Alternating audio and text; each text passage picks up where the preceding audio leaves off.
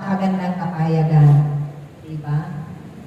Lahat tayo ay dumaan sa pagdadarang ng ating Panginoon. Dinadalisay ang bawat isa. Lalong-lalo na yung mga bago pa lamang na hiniran niya. Lahat na pagdaanan po natin yan. Lahat wala tayong maipagkaila sa Diyos. Lahat alam niya. Kaya siya lang ang ating sandigan. Siya lang ang ating pag-asa.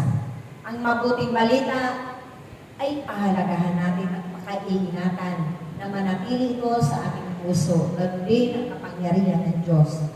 Dahil siya ang araw-araw na gabay at patnubay natin, tulad ng tala sa kalangitan na pumatnubay sa mga pantas, na tayong lahat ay hindi malilinlang ni naman. Amen?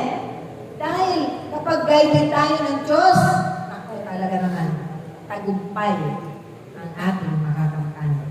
Biyaya at kasaganahan, buhay na may kalakasan, buhay na may katalinuhan, karunungan, may kasiglahan, may kapayapaan. Amen?